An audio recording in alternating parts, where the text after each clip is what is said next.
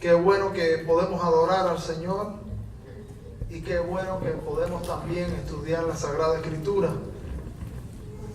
Quiero invitarle a abrir su Biblia en el Evangelio de Juan, capítulo 14, del versículo 15 en adelante. Quisiera hablarle sobre algunas de las obras del Espíritu Santo.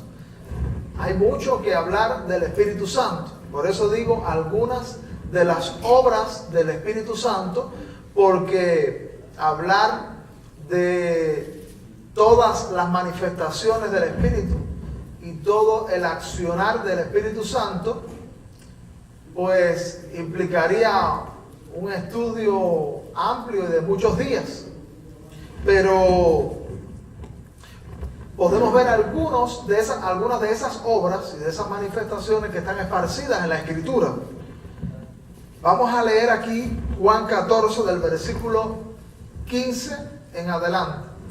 Dice allí: si me amáis, guardad mis mandamientos, y yo rogaré al Padre y os dará otro consolador para que esté con vosotros para siempre, el Espíritu de verdad, el cual el mundo no puede recibir porque no le ve ni le conoce, pero vosotros le conocéis porque mora con vosotros y estará en vosotros. No os dejaré huérfanos, vendré a vosotros. Todavía un poco y el mundo no me verá más, pero vosotros me veréis, porque yo vivo, vosotros también viviréis. En aquel día vosotros conoceréis que yo estoy en mi Padre, y vosotros en mí, y yo en vosotros. El que tiene mis mandamientos y los guarda, ese es el que me ama. El que me ama será amado por mi Padre, y yo le amaré y me manifestaré a él. Le dijo Judas, no el Iscariote: Señor, ¿cómo es que te manifestarás a nosotros y no al mundo? Respondió Jesús y le dijo: el que me ama, mi palabra guardará, y mi Padre le amará, y vendremos a él y haremos morada con él. El que no me ama no guarda mi palabra, y la palabra que habéis oído no es mía, sino del Padre que me envió. Os he dicho estas cosas estando con vosotros, mas el Consolador, el Espíritu Santo, a quien el Padre enviará en mi nombre, Él os enseñará todas las cosas y os recordará todo lo que yo os he dicho. La paz os dejo, mi paz os doy. Yo no os la doy como el mundo la da. No se turbe vuestro corazón, ni tenga miedo. Vamos a orar una vez más. Señor, muchas gracias por esta preciosa oportunidad que nos das de adorarte. Gracias porque es una bendición ver a la familia cristiana, poder cantar a tu nombre en esta tarde, también poder escuchar tu voz a través de tu palabra. Pedimos que tu Espíritu Santo nos asista y podamos ser bendecidos, podamos ser esclarecidos, podamos ser también estimulados en la vida cristiana. Llegamos a este lugar porque hemos creído y estamos convencidos de nuestra necesidad de ti. Y queremos aprender más de tu palabra y queremos también ser ayudados por ti. Oramos, Señor, por cada persona que ha llegado a este lugar con luchas, con cargas, con dificultades. Permite, Señor, que no haya obstáculo que impida que tu palabra sea recepcionada, que tu palabra sea recibida. Concédenos, Señor, una victoria en este tiempo de estudio de la Biblia. Lo pedimos en el nombre de Jesús. Amén. Los amados, el tema del Espíritu Santo es un tema que ha sido ampliamente dilucidado por diferentes escritores. Y si usted mira libros cristianos, va a encontrar que hay una multitud de libros cristianos hablando de la obra del Espíritu Santo. La Biblia nos habla de la obra del Padre. Y está muy claro en el Antiguo Testamento, el Padre Celestial, Jehová operando sus obras, llevando a cabo su accionar. Y encontramos también ampliamente en el Evangelio al Señor Jesucristo también actuando. Y cada uno le ha tocado un rol, cada uno le ha tocado un papel. El Padre ha desarrollado su agenda. Encontramos los textos de la Biblia donde el Padre ha hecho su obra, y también el Señor Jesucristo donde ha desarrollado su obra. Por ejemplo, el Padre es creador. Dios creó el cielo y la tierra. El Hijo es el Redentor. Fue el Señor Jesucristo quien murió en la cruz, quien también se encarnó, siendo espíritu, se hizo humano a través de María y participó de la naturaleza humana. Ahora, hermano, hay un momento, y yo me pongo en el lugar de los discípulos. Imagínese usted que usted hubiese disfrutado de la vida terrenal del Señor Jesucristo, y que cuando aparecieron endemoniados, aparece el Señor Jesucristo en la escena, reprende al demonio.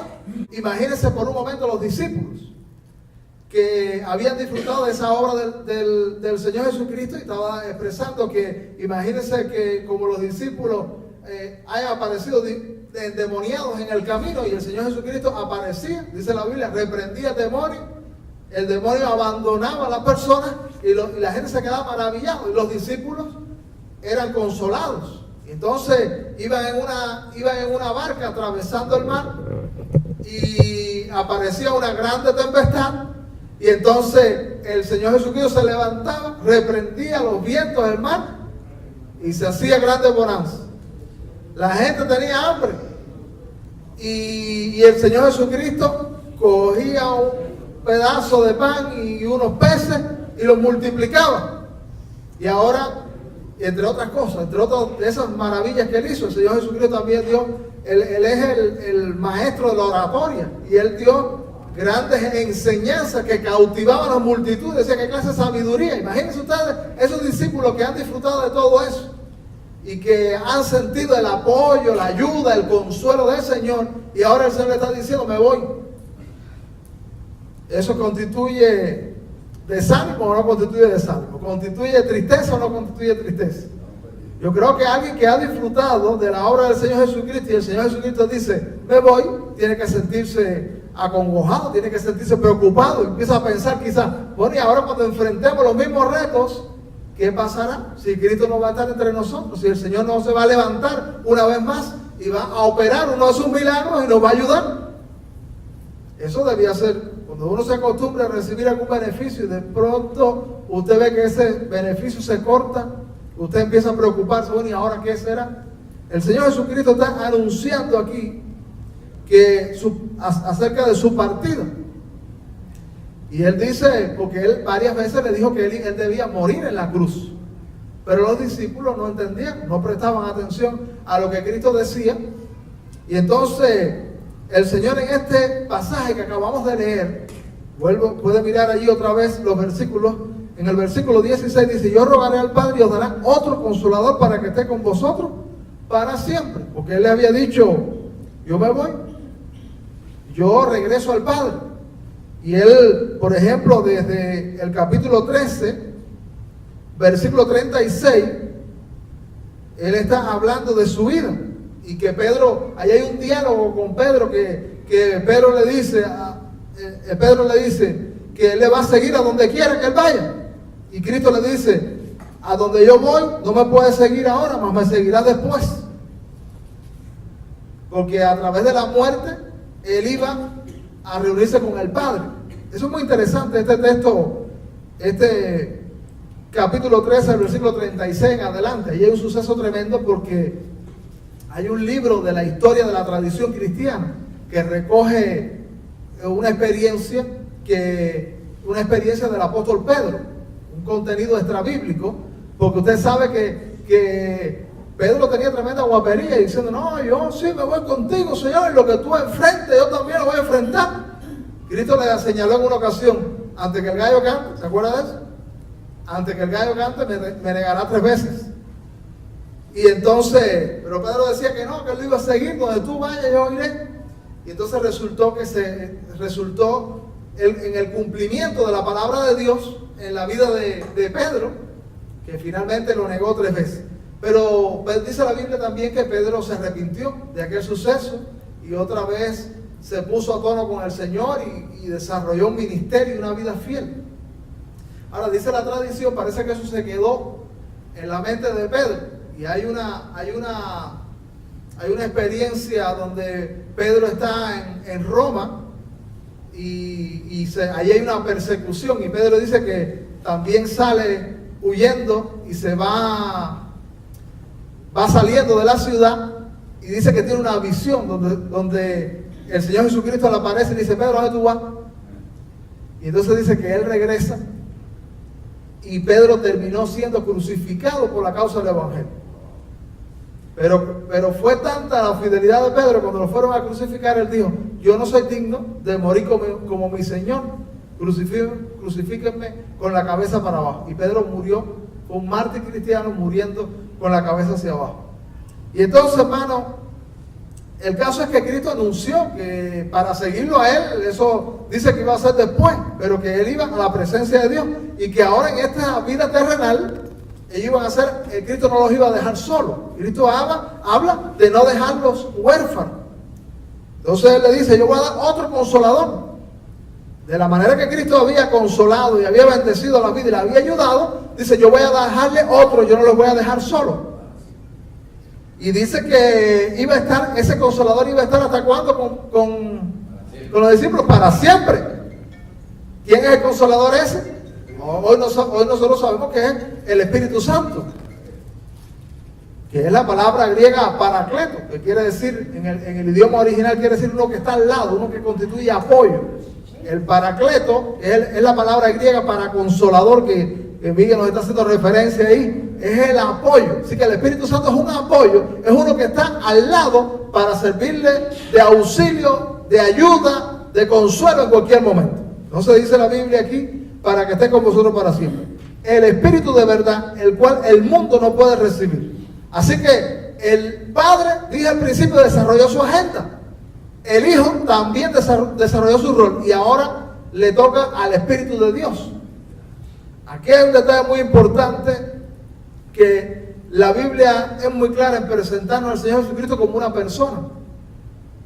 ¿Usted cree que algún objeto puede sustituir a una persona? ¿Usted cree que algún animal puede verdaderamente sustituir a una persona? Yo creo que no. Una persona quizás puede ser sustituida por otra que tenga las mismas características, por otra que tiene los mismos atributos. Por eso es que el Espíritu Santo es persona. Y por eso es que la doctrina cristiana tan antigua, de la doctrina de la Trinidad, habla de 3 personas divinas en un ser: el Padre, el Hijo y el Espíritu Santo, que son Dios. Así que ahora, dentro de la doctrina de la Trinidad, a la tercera persona divina le toca desarrollar su propósito y su papel en la historia de la humanidad. El Padre desarrolló su agenda, el Hijo desarrolló su agenda, y ahora, ¿quién tenemos ayudándonos y desarrollando su etapa histórica? El Espíritu Santo. Y esto que le dijo a los discípulos, nos lo dice a nosotros. Él dice: no dejaré huérfanos. Ahora dice aquí el versículo 17: el Espíritu de verdad, el cual el mundo no puede recibir, porque no le ve ni le conoce. Dice: pero vosotros le conocéis, le dice a los discípulos, porque mora con vosotros y estará en vosotros. Eso quiere decir, acuérdense que la nación judía era el pueblo escogido por Dios, que como usted lee el Antiguo Testamento, casi el centro del Antiguo Testamento es la nación de Israel, y Dios obrando a través de la nación de Israel. ¿Y los discípulos de qué nacionalidad son? Judíos, son de esa nación de Israel, que han recibido al Mesías, que han aceptado al Señor y se han convertido en sus discípulos. Entonces le dice: estará, dice el versículo 17, pero vosotros le conocéis porque mora con vosotros. O sea que el Espíritu de Dios había estado con la nación de Israel. Pero Jesús dice algo muy interesante: estará en vosotros. Estar con y estar en Él no es lo mismo. Porque el Espíritu de Dios en el Antiguo Testamento, en primer lugar, actúa de manera selectiva. Porque, por ejemplo, el Antiguo Testamento nos enseña que escogía un personaje, un líder importante como Moisés. como Sansón. No sé cuándo se acuerdan cuando prediqué sobre la vida de Sansón, que el Espíritu de Dios dice venía sobre él, seleccionaba un líder importante de la nación de Israel. También el Espíritu de Dios obraba de manera ocasional, es decir, para algún evento especial, un suceso que Dios iba a desarrollar en la historia, que era único, y el Espíritu de Dios aparecía para ese evento. Y también era temporal, porque era para un tiempo. Después el Espíritu de Dios lo dejaba una vez más. Esa era la experiencia de la nación de Israel con el Espíritu Santo, sobre un líder, en una ocasión, para un evento y por un tiempo. Ahora, cuando Jesús dice en este versículo 17, estará con vosotros, dice, perdón, porque mora con vosotros, como nación de Israel, pero estará en vosotros. ¿Sabe qué hace esa expresión, esa última expresión, estará en vosotros? ¿A qué se refiere? Al Pentecostés. ¿Cuántos se acuerdan de lo que aconteció en Pentecostés? Pentecostés, capítulo 2 del libro de los Hechos. La Biblia describe el cumplimiento de la promesa de la venida del Espíritu Santo. Como el Espíritu Santo vino, ya no sobre una persona única y selecta, sino sobre todo el pueblo de Dios, sobre todos los cristianos. ¿Para cuál evento? Para toda la vida. ¿Y por qué tiempo? Para siempre. Estará en vosotros. Y dice el versículo 18, no os dejaré huérfanos, vendré a vosotros. Así que Cristo mismo iba a venir, fíjense cómo dice, se está viendo el versículo 18, no os dejaré huérfanos, vendré a vosotros. ¿Quién viene? Cristo, porque Cristo es Dios. Y ahora, pero Cristo ahora viene de manera invisible a través del Espíritu, porque el Espíritu también es Dios. Vendré a vosotros. Dice, todavía un poco y el mundo no me verá más, pero vosotros me veréis porque yo vivo, vosotros también viviréis. En aquel día, versículo 20, ¿están mirando la Biblia? Y ese es el versículo 20, en aquel día, ¿tú sabes qué día es ese? Pentecostés. Eso es cuando vino el Espíritu Santo, pero en aquel día vosotros conoceréis que yo estoy en mi Padre y vosotros en mí y yo en vosotros. El que tiene mis mandamientos y los guarda, este es el que me ama. Y el que me ama será amado por mi Padre y yo le amaré y me manifestaré a él. O sea que Cristo se iba a estar manifestando a los creyentes, a los hijos de Dios. ¿A través de qué manera Cristo se manifiesta a nosotros? A través del Espíritu. Y por eso habla de que no me verá más, porque el Espíritu Santo es invisible por su mismo atributo de ser Espíritu. Pero usted sí puede tener vivencia con el Espíritu. Podemos tener experiencia con Dios, con ese Espíritu. Y entonces Él dice, mira como dice, le dijo Judas, no él, el Señor, ¿cómo es que te manifestarás a nosotros y no al mundo? O sea, el mundo no conoce de la obra de Dios, de la obra del Espíritu Santo. Ellos a veces ignoran por completo que hay un mundo espiritual y también de la realidad del Espíritu Santo como persona. Versículo 23, respondió Jesús y le dijo, el que me ama mi palabra guardará y mi Padre le amará. Ahora mira esto, ¿quiénes están morando en un cristiano? Mira cómo dice el versículo 23, y vendremos a él. ¿Quién dice eso? Cristo. Vendremos a él en plural y haremos morada con él. El Padre, el Hijo y el Espíritu Santo, pero a través de la persona del Espíritu habitan las tres personas divinas. Dice la Biblia más adelante en el versículo 26, más el Consolador, el Paracleto. Versículo 26, el Espíritu Santo, a quien el Padre enviará en mi nombre, Él os enseñará todas las cosas. El Espíritu Santo persona, porque enseña. Los que tenemos dudas de la Biblia, los que tenemos dudas acerca de situaciones de la vida, el Espíritu Santo es el maestro por excelencia. Cuando nosotros queremos ser enseñados en la vida cristiana, tiene que recibir el auxilio del Espíritu Santo. El Espíritu Santo es un maestro. Por eso leer la Biblia sin pedir la ayuda del Espíritu, pues se corre el riesgo de no asimilar todo lo que hay en la Biblia para cada uno de nosotros. El Espíritu de Dios es un maestro. Dice la Biblia, Él os enseñará. ¿Qué más hace el Espíritu? Y os recordará. Fíjate que el Espíritu Santo hace recordatorios. Y a los discípulos en Pentecostés, porque cuando ellos recibieron la promesa del Espíritu en Pentecostés, muchas de las enseñanzas que Cristo le había dado, ellos dijeron, ahora es que entendemos.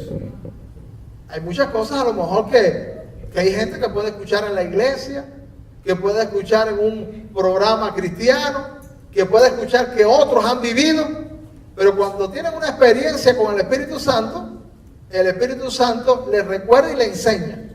O sea, ahora entiendo lo que tantas veces escuché, porque el Espíritu empieza a ayudarle a entender esas verdades. Y dice la Biblia, todo lo que yo os he dicho. Así que, hermano, aquí tenemos muy importante algo de la obra del Espíritu. El Espíritu de Dios es el que nos atrae al Evangelio. Nadie puede ser cristiano sin experimentar la obra del Espíritu. Y hemos aprendido también que si nosotros un día estamos sentados en una iglesia, si nosotros nos hemos acercado al Señor, si nosotros tenemos intenciones de orar, si nosotros tenemos intenciones de consagrarnos a Dios, ¿quién ha tomado la iniciativa? Dios, a través de su Espíritu. El Espíritu Santo es la atracción para que la gente conozca a Cristo, tenga una experiencia con Dios. Hay una experiencia tremenda de un hombre que se llama Samuel Morris. No sé cuántos han escuchado el testimonio de Samuel Morris. Samuel Morris es un africano, fue un africano. Me imagino que se pueda conseguir el libro por Amazon. Yo lo leí hace años ya, no lo tengo. Pero este hombre era un pagano, estaba en la hechicería africana. Y por una misionera norteamericana que estaba predicando el Evangelio y que le empezó a hablar del Espíritu Santo, este hombre deseó tener experiencia con el Espíritu Santo. Y el testimonio cuenta que él decidió venir a Nueva York a escuchar a un maestro, un pastor que aquí en los Estados Unidos enseñaba del Espíritu Santo. Y dice que él salió, él no tenía idea de las distancias, pero él anhelaba conocer más del Espíritu Santo. Claro está, él no lo sabía, pero ya el Espíritu Santo estaba trabajando en su vida. Hay un testimonio hermoso de que él vino a un barco de comerciantes y estuvo días pidiéndole al jefe del barco que le dejara montarse en el barco para venir a Nueva York. Y cuando finalmente lo dejaron y vino a Nueva York, se bajó en Nueva York y al primero que vio le preguntó, oye, ¿dónde está tal maestro, el Espíritu Santo? Se pensó que eso era un barrio. Pero ¿sabe lo que pasaba? Que a cada paso, cuando él se bajó del barco y preguntó, a quien le preguntó, sabía quién era la persona. Lo llevaron allá y resultó en la experiencia de este hombre que aunque él no podía transmitir muchas enseñanzas del Espíritu Santo, él tenía una experiencia con el Espíritu Santo. Y este había experimentado de manera superior la obra del Espíritu. Dice que desde que llegó al lugar donde estaba este pastor, hay gente que se empezó a convertir y empezó a conocer a Cristo por la palabra que él estaba dando, porque era un hombre que era usado por el Espíritu Santo. La Biblia nos enseña que todo cristiano tiene el Espíritu Santo. No se puede ser cristiano sin tener el Espíritu Santo. ¿Tú sabías eso? Yo aprendí, yo les conté, creo en una ocasión, que cuando yo di mi testimonio en la iglesia para bautizarme, yo estaba hablando que yo vine a la iglesia y yo vi esto y yo vi lo otro. Y yo no sabía que dentro de todo lo que me había sucedido, estaba de una manera especial la obra del Espíritu. Porque yo pensé que eso era mi iniciativa y cuando fui estudiando la Biblia, comprendí que para que yo experimentara todo eso, el Espíritu de Dios se adelantó para yo estar allí. Si alguien está en la iglesia, si alguien viene a Cristo, si alguien tiene alguna inquietud en su corazón, nosotros debemos saber que es la obra del Espíritu Santo. Dios está obrando en la vida. Y para que haya conversión, y para que haya entrega, y para que haya experiencia milagrosa, todo depende de la obra del Espíritu en un corazón. Y entonces, aprendí que Cuando nos convertimos en cristianos, el Espíritu de Dios viene a morar en nosotros. Cada cristiano es una morada de Dios. Y de la misma manera que los hechiceros y los paganos tienen espíritus demoníacos, que ellos dicen que son muertos, pero nosotros sabemos también por la Escritura que los muertos nada saben de este mundo, que son acción demoníaca sobre una vida, y que esa persona, los sacerdotes satánicos, los que se han entregado al mundo de la hechicería, ellos se convierten en canales del demonio, y el demonio opera a través de ellos. Bueno, sucede que en la vida de un hijo de Dios, en la vida de un cristiano, quien habita es el Espíritu de Dios. ¡Gloria a Dios! ¡Qué bendición! El Espíritu de Dios habita en ti, habita en mí. A veces nosotros necesitamos tomar conciencia. El Espíritu de Dios está trabajando en mi vida. Yo recuerdo un predicador que decía: oye, los que están solos y se sienten solos en la casa, usted debe recordar que un cristiano nunca está solo, porque el Espíritu de Dios le acompaña. Dios está con nosotros. El cristiano nunca anda solo. Y el cristiano tiene un maestro, tiene un guía, que es el Espíritu. Ahora, hermano, aunque todo cristiano tiene el Espíritu, la tercera persona de la Trinidad viene a morar en los que son verdaderos hijos de Dios. No todos los cristianos experimentan la plenitud del Espíritu de Dios. Usted sabía que el fin no es ser cristiano solamente, sino avanzar en la carrera de la vida cristiana. Dios siempre tiene más para nosotros. Si cada uno de nosotros dice: bueno, yo recuerdo haber experimentado cosas lindas, cosas hermosas de parte de Dios, y tengo testimonios de cuando Dios respondió la oración, cuando Dios se movió en tal circunstancia de mi vida, también debemos saber que el Espíritu de Dios tiene más, y que hay un llamado en la Biblia a abrirse a la obra del Espíritu de Dios, y que la Biblia le llama a eso ser lleno. Mire cómo dice la Biblia en Efesios. Por favor, acompáñe el que tiene su Biblia, acompáñeme a la epístola de Efesios, a los Efesios, capítulo 4, versículo 30. ¿Tiene ahí su Biblia? Efesios 4, 30. Mire cómo dice la Biblia. Y no contristéis. ¿Qué cosa es contristarse? Entristecerse. No contristéis al Espíritu Santo. O sea, fíjese que un objeto puede entristecerse, una fuerza impersonal puede entristecerse. El Espíritu es persona, y no debemos confundir.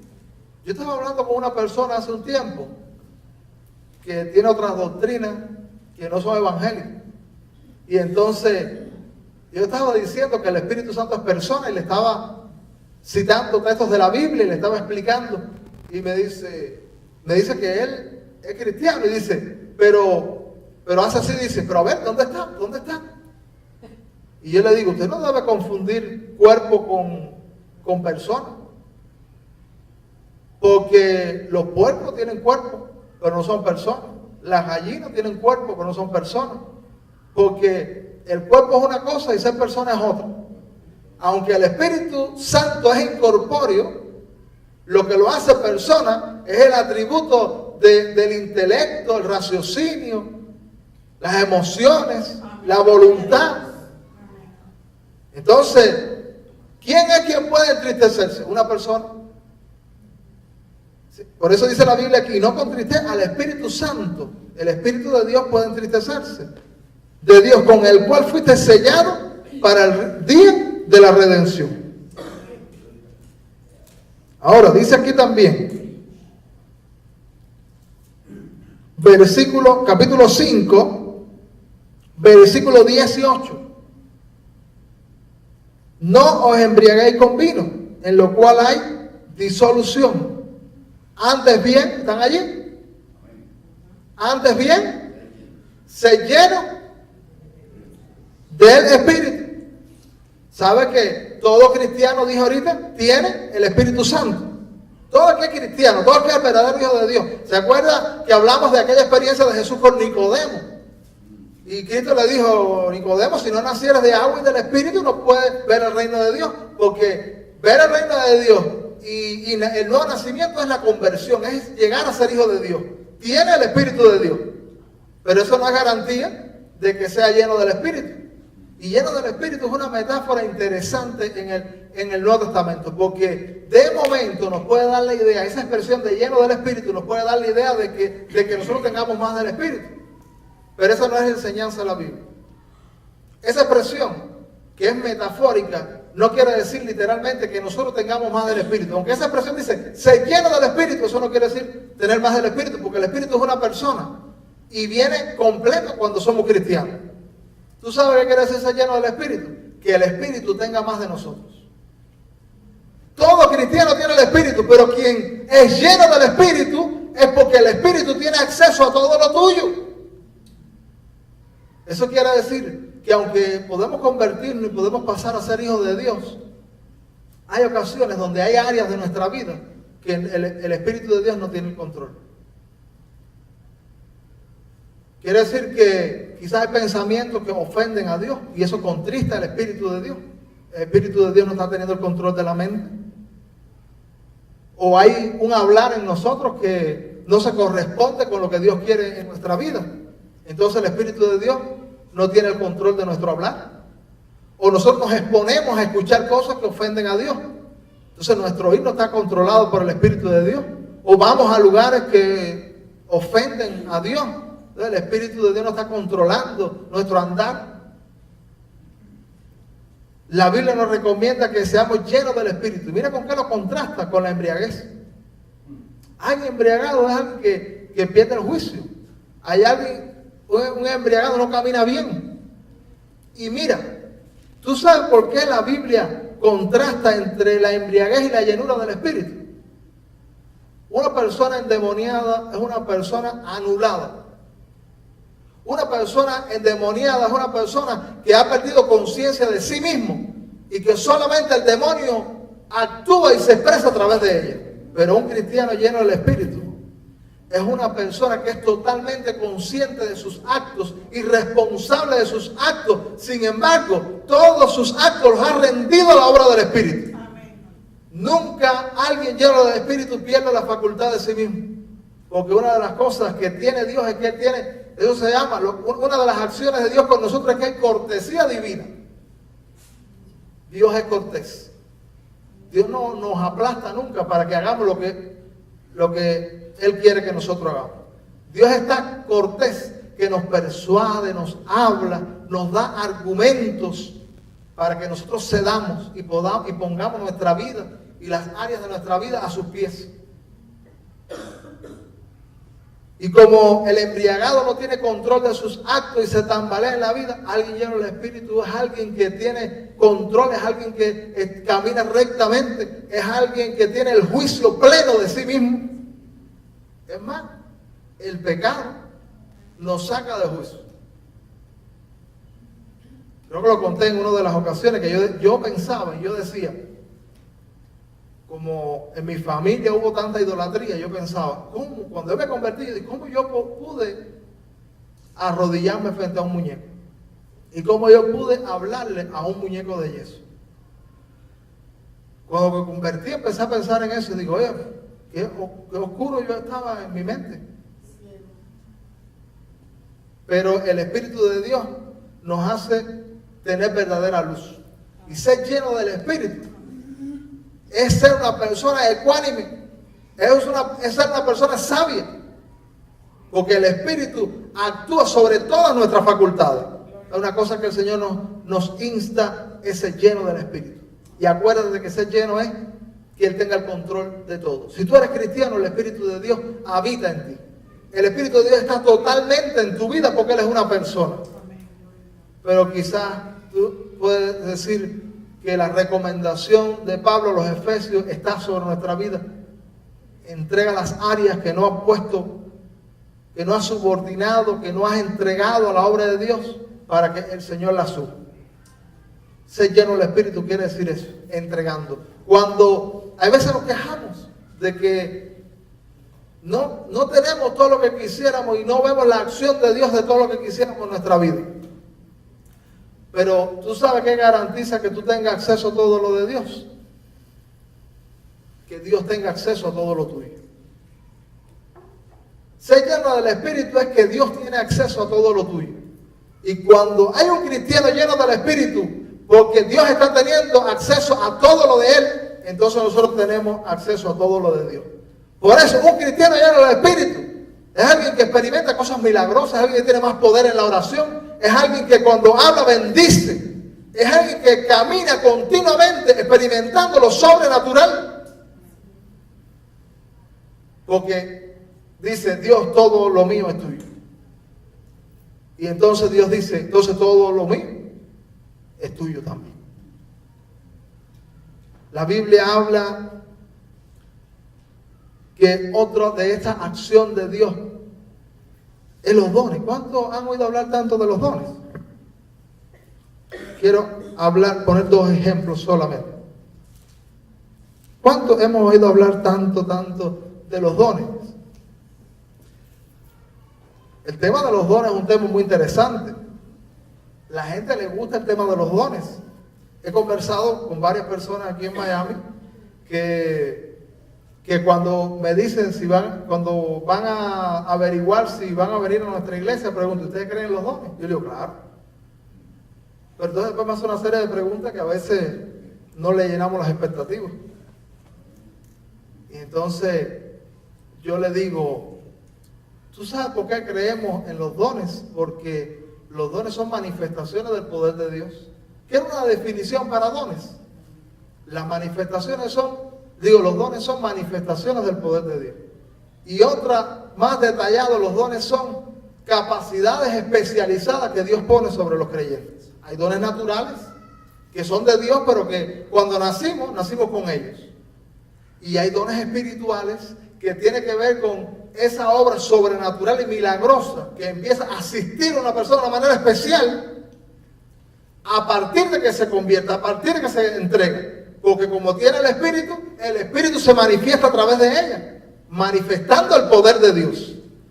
La Biblia nos enseña aquí, mira como dice la Biblia en 1 Corintios 12, versículo 7, hablando a los cristianos, le dice, pero a cada uno le es dada la manifestación del Espíritu, ¿para qué? No lo miraron. 1 Corintios 12, 7, pero a cada uno le es dada la manifestación del Espíritu para provecho. O sea, a cada uno quiere decir, a todo cristiano experimenta dones. Y los dones es lo mismo que decir manifestaciones del poder de Dios. Y eso quiere decir, hermano, la obra de Dios en este mundo, no se puede hacer a través de la fuerza humana. Si hay algún pastor que dice, yo tengo mucha elocuencia, yo soy una persona muy chévere, yo soy una persona que tengo mucho talento y puedo embaucar a la gente y traerlos a la iglesia, y soy tan fiestero que logro crear unos ambientes positivos, está en llanto. Porque sí, eso puede suceder, lograr un club, pero ser gente convertida y gente que conoce a Dios, ¿quién lo puede hacer? Dios mismo. Y nosotros los humanos somos nada más instrumentos. Entonces, los dones es la manifestación del poder de Dios, logrando que haya gente que no entendía la Biblia, la pueda entender y sea alumbrada. Gente que no podía cambiar, puede cambiar, porque hay una manifestación a través de alguien del poder de Dios. A cada uno, dice la Biblia, le es dada la manifestación del Espíritu para provecho. Y la Biblia nos describe que ese provecho está dado a la iglesia. ¿Y tú sabes quién reparte los dones? También. Mire cómo dice la Biblia aquí en 1 Corintios 12. Solamente estoy viendo algunos versículos al azar. Mira el versículo 11. 1 Corintios 12, 11. Pero todas estas cosas las hace uno, y el mismo Espíritu, el Espíritu Santo, ¿qué dice? Repartiendo a cada uno en particular como la gente quiere. Miguel está leyendo conmigo. ¿Usted está mirando ahí?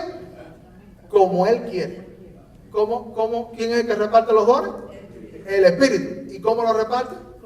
Como Él quiere. El Señor reparte. Hay dones que a mí me hubiese gustado tener. Tener ese respaldo especial, sobrenatural. Por ejemplo, a mí me hubiese gustado cantar o tocar algún instrumento. Pero Él reparte como Él quiere.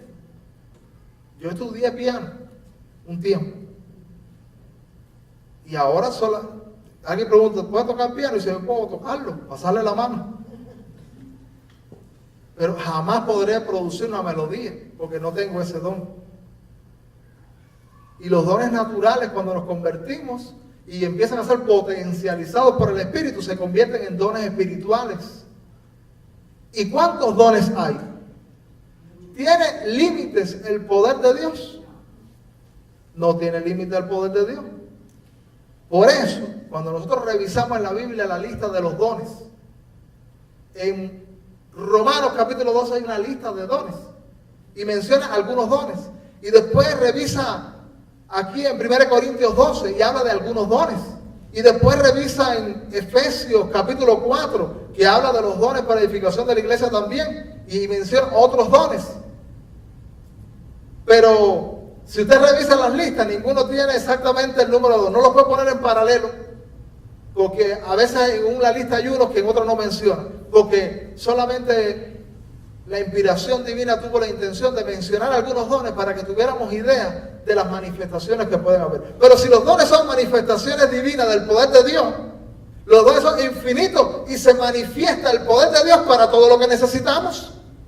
Puede haber manifestaciones infinitas del poder de Dios.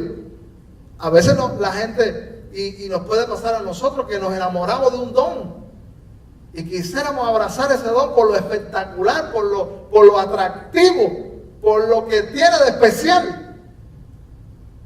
Pero los dones pueden ser muchos. Y se nos recomienda que abundemos en los dones espirituales en la iglesia. Ahora, hermano, en la iglesia, aquí la metáfora para hablar de los dones, ¿tú sabes cuál es aquí en 1 Corintios 12? Un cuerpo. Dice que la iglesia es un cuerpo y que uno es ojo, el otro es brazo, el otro es pies. Porque hay gente que está enseñando que todo el mundo tiene que tener el mismo don en la iglesia. Eso es lo que dice el apóstol Pablo, eso es lo que dice la Sagrada Escritura. Y porque los dones son manifestaciones del poder de Dios, necesitamos de tenerlos esparcidos en la iglesia. Porque si alguien llega a tener todos los dones, ese es Dios. Porque Él tiene todo el poder de Dios. Entonces la Biblia no nos enseña que todos tengamos el mismo don. La Biblia dice que es un cuerpo y que yo necesito de ti y tú necesitas de mí. Hay cosas que Dios ha depositado en ti, que si viene naturalmente usted se ha convertido, eso va a ser potencializado por la obra del Espíritu. Y eso de natural pasará a sobrenatural. Y si lo ha recibido después que se convirtió, yo necesito de usted. Hay gente, yo me doy cuenta que hay hermanos en la iglesia que son más efectivos en cosas. Y digo, hay que buscar a ese hermano para que sea usado y nos ayude en este trabajo. Porque él tiene poder de Dios para eso. Y Dios le está usando en eso. Ahora, es lo primero lo que debemos aspirar a tener las manifestaciones sobrenaturales de Dios. Paralelo a los dones, y termino con esto, está el fruto del Espíritu Santo. A los dones del Espíritu está el fruto del Espíritu Santo. Vamos a leer un momentico, rapidito. Gálatas capítulo 5. Mire cómo dice la Biblia. Gálatas capítulo 5, versículo 22. El Espíritu no solamente tiene dones. El Espíritu, dice la Biblia, otra metáfora es que hay fruto. Dice la Biblia aquí: mas el fruto del Espíritu Santo es amor, gozo, paz, ¿siguen diciendo? ¿Tú ¿Tú sabes cómo lo podemos definir para que te quede claro? Los dones, manifestaciones del poder de Dios. El fruto, el carácter de Cristo. El fruto es carácter. La gente está muy interesada en los dones en nuestros días. Ahora yo quiero decir, tú sabes cómo podemos garantizar que haya dones del Espíritu de Dios, de lo que habla la Biblia. Que haya carácter. Hay gente que está alardeando de que tiene manifestación sobrenatural de Dios y su vida en nada se parece a Cristo. Y su vida nada tiene que ver con Dios, con el Evangelio. ¿Qué debemos aspirar primero? ¿Tener dones o tener fruto? Tú sabes, el fruto es la garantía de que haya manifestaciones auténticas del poder de Dios. ¿Sabe? Hay gente que no sabe algunos aspectos de la historia de los grandes avivamientos y las manifestaciones del poder de Dios. En el siglo XVIII hubo un hombre llamado John Wesley, que es el fundador de la iglesia metodista, que era anglicano. Y John Wesley lo botaron de la iglesia anglicana por la corrupción. Los pastores dicen que estaban visitando los prostíbulos. Y él empezó a predicar sobre la santidad y sobre el carácter de Cristo, el fruto del Espíritu. Dice, el carácter de Cristo tiene que estar en los cristianos. Y lo botaron de la iglesia, porque ellos querían seguir en la maldad que había allí. Y entonces él dijo, mi parroquia es el mundo, porque así le decían a los templos, parroquia. Mi parroquia es el mundo. Y empezó a predicar a los cuatro vientos. Empezó a predicar en las calles, empezó a predicar en los centros de trabajo y a viva voz, donde quiera. A la hora así se paraba y empezó a predicar el Evangelio. Y empezó Dios a convertir gente. Y Wesley fue un hombre que se llenó del carácter de Cristo. Y el énfasis que él tenía es ser como Cristo. Santifica, quita todo lo que a Dios no le agrada, todo lo que ofende la obra del Espíritu, quítalo. ¿Y sabe qué pasó? Este hombre era inglés. Dice que Inglaterra, y eso lo conocen hasta los que no son cristianos, historiadores que no son cristianos, dicen Inglaterra se salvó de una guerra sangrienta por el avivamiento wesleyano. Gloria a Dios, hermano. Lo pueden buscar en los libros, consúltenlo. Si tiene duda. Inglaterra se salvó por un avivamiento. Pero tú sabes lo que se garantizó allí. El fruto. Para que usted, cuando suceda algo milagroso en su vida y empiece a ver manifestaciones de poder y usted no tenga dudas si ese poder es de Satanás o es de Dios, garantice que su vida tenga fruto del Espíritu.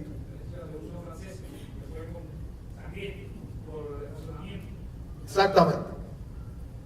Dios. Ahora nosotros salimos y usted puede ver en la televisión manifestaciones espirituales en iglesias.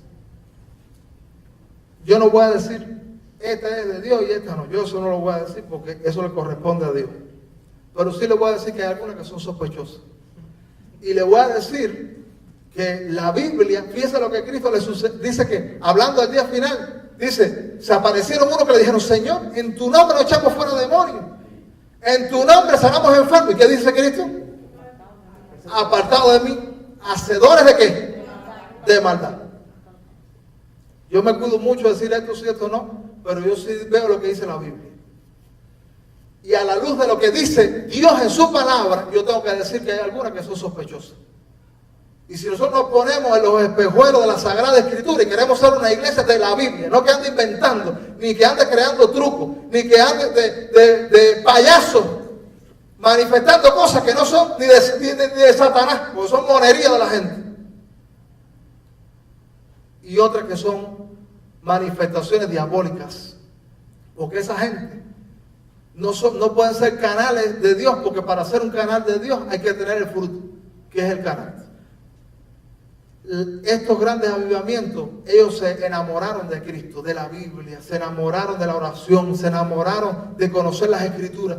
¿Tú sabes qué va a pasar inevitablemente? Los que queremos ver manifestaciones del poder de Dios. ¿Usted quiere ver manifestaciones del poder de Dios? La receta es esta. No esté aspirando a eso. Solamente enamórese del Señor. Aspire a Dios. Aspire a que Dios esté en su matrimonio, en su familia. Aspire a conocer las Sagradas Escrituras. Aspire a hablar con Dios cada día. Aspire a quitar todo lo que ofenda al Espíritu para que el Espíritu pueda tomar todas las áreas de su vida. Y yo le debo decir que inevitablemente, mira, Miami se estremecerá. Hay muchas de esas iglesias que nos han estremecido a Miami, cambiando vidas y provocando que retroceda al mal. Y uno dice, ¿por qué? ¿Y por qué un solo hombre en la antigüedad que se puso a buscar a Dios provocó que todo un país se virara al revés y gente empezara a buscar a Dios? En la Biblia le llamaron los apóstoles los que trastornan el mundo. Nosotros aquí en Miami somos una iglesia remanente. Ahora mismo. Pero nosotros tenemos que aspirar a que Dios esté en serio en medio nuestro, que Dios esté en serio en nuestras familias, que Dios esté en serio en nuestro proceder. Si Dios está en serio, empezará la manifestación en su casa, en sus hijos, en su familia, los que no conocen al Señor. Después aparecerá, eso se contagia, Dios obrando en la familia cristiana, los servicios son bendecidos de una manera especial. Y a veces tanto lo que Dios hace, no sabemos si reír o llorar cuando empieza a haber manifestaciones auténticas de ese poder de Dios. En este siglo hay más manifestaciones satánicas que del Dios de la Biblia. No tenga duda. ¿Tú sabes por qué? Porque a la iglesia le falta el carácter de Cristo. Y alguien sucio no puede ser instrumento del Espíritu. Tengo mucho que decir sobre el tema, pero solamente quiero dejarle con algo de la obra del Espíritu. Tomé algunos textos al azar en esta tarde, mirando nuestra necesidad, mirando nuestros mismos diálogos en ocasiones que nos encontramos y nos preguntamos cosas de la Biblia. Aspiremos al fruto. El fruto no es frutos, es fruto. Singular. El amor, la paciencia, la paz, la mansedumbre, la fe, todo eso es un paquete que viene junto. Y es el carácter que lo produce el Espíritu de Dios, produciendo el carácter de Cristo. Qué lindo si nosotros llegamos a tener una iglesia llena del carácter de Cristo. Sabe que hay una historia de un misionero que fue a un lugar, ahora no recuerdo los detalles, y entonces dice que ese misionero allí dice que no podía hablar del evangelio, no recuerdo cuál era la situación, pero él tuvo que enmudecer, y entonces dijo, bueno, como no puedo hablar, mi evangelismo va a ser mi vida. Y empezó a ayudar a la gente, y empezó a hacer todo lo que Dios quería que hiciera, y empezó a poner todo lo que el Señor quería que pusiera en su vida, en su carácter. Y ese misionero se murió allí. Y pasó el tiempo y vino otro misionero, y entonces ya ese podía hablar, y empezó a hablar del evangelio. Y empezó a hablar de Cristo, el Señor Jesucristo, lo maravilloso que era, lo que hacía, cómo estaba entre las multitudes, con la gente. Y entonces dice, pues si ese Señor Jesucristo nosotros lo enterramos aquí, no es que te voy a enseñar la tumba. Porque ellos confundieron al misionero. Cuando la iglesia se llena del carácter de Cristo, la Biblia dice que la iglesia es cuerpo de Cristo. Entonces, y dice la Biblia que los seguidores de Cristo experimentarán cosas aún mayores. ¿Cuántos lo leyeron? Aún mayores. Fíjate las aspiraciones que el Señor tiene con nosotros. Estamos en la recta final de la historia. Cualquiera que sea nuestro punto de vista acerca de los acontecimientos proféticos de los últimos tiempos, cualquiera, vamos a coincidir en que estamos en la recta final. Los estudiosos de la Biblia, los teólogos y todos los especialistas en la Sagrada Escritura van a coincidir que estamos en la recta final de la historia. ¿Vamos a ser la iglesia que bendice al mundo en esta recta final? ¿Vamos a ser la iglesia que el Señor tiene aspiraciones? ¿O vamos a ser una iglesia que es una caricatura? A mí a veces, cuando yo descubro la situación que hay en nuestra ciudad, yo no hay ya si presentarme como pastor. Porque decir eso que era una honra en otro tiempo es un problema. ¿Ustedes están de acuerdo conmigo? Porque la situación de la iglesia está grave. Y porque los que son representantes del evangelio pueden ser representantes de cualquier otra cosa menos el evangelio. Vamos a hacer una oración esta tarde. Y si alguien quiere que hagamos una oración por usted, quiere ponerse en pie, pues este es el momento, muy inclinar nuestro rostro. Hay alguien que dice, cualquiera que dice, yo, cualquier cosa que usted quiere, yo necesito algo del Señor, puede ponerse en pie. Vamos a hacer una oración juntos. Porque todos estamos necesitados del Señor. Y el Señor tiene más. Yo estoy enfrascado en que el Señor obre en mí más. Y estoy enfrascado en que el Espíritu me llene. Y yo quiero transmitirle lo mismo a mis hermanos, a la familia del Señor. Y decir, Señor, que nos acontezca juntos. Cuando hay manifestaciones de Dios, muchas cosas van a desaparecer sin el esfuerzo humano. Señor, muchas gracias por esta tarde. Gracias porque tú nos has traído, tú has querido que escuchemos de la obra del Espíritu. Señor, en la fuerza humana hemos tratado muchas cosas. Que no podemos, Señor, fracasamos cuando tratamos. Reconocemos que necesitamos cambios, que necesitamos el carácter de Cristo, el fruto del Espíritu. Señor, ayuda. Mira a cada hermano que con corazón sincero, con fe, se pone de pie y dice: Señor, quiero más de ti. Bendice a nuestra iglesia. Llénanos de tu presencia. Que mañana tu Espíritu nos recuerde tu palabra. Que no se nos olvide, Señor, porque tu Espíritu esté trayéndola a la memoria. Se convierte en un eco sobre nuestra conciencia, inquietándonos. Y que en el transcurso de la semana, Señor, no nos deshagamos de ti, no nos olvidemos de ti. Que nuestra iglesia sea una iglesia de lunes a domingo. Que en medio de su quehacer cotidiano, Señor, pueda haber manifestaciones tuyas. Oramos por los que están enfermos, que tú sanes los enfermos. Oramos, Señor, por los que Satanás está operando para derribarlos, que tú reprenda toda obra de las tinieblas.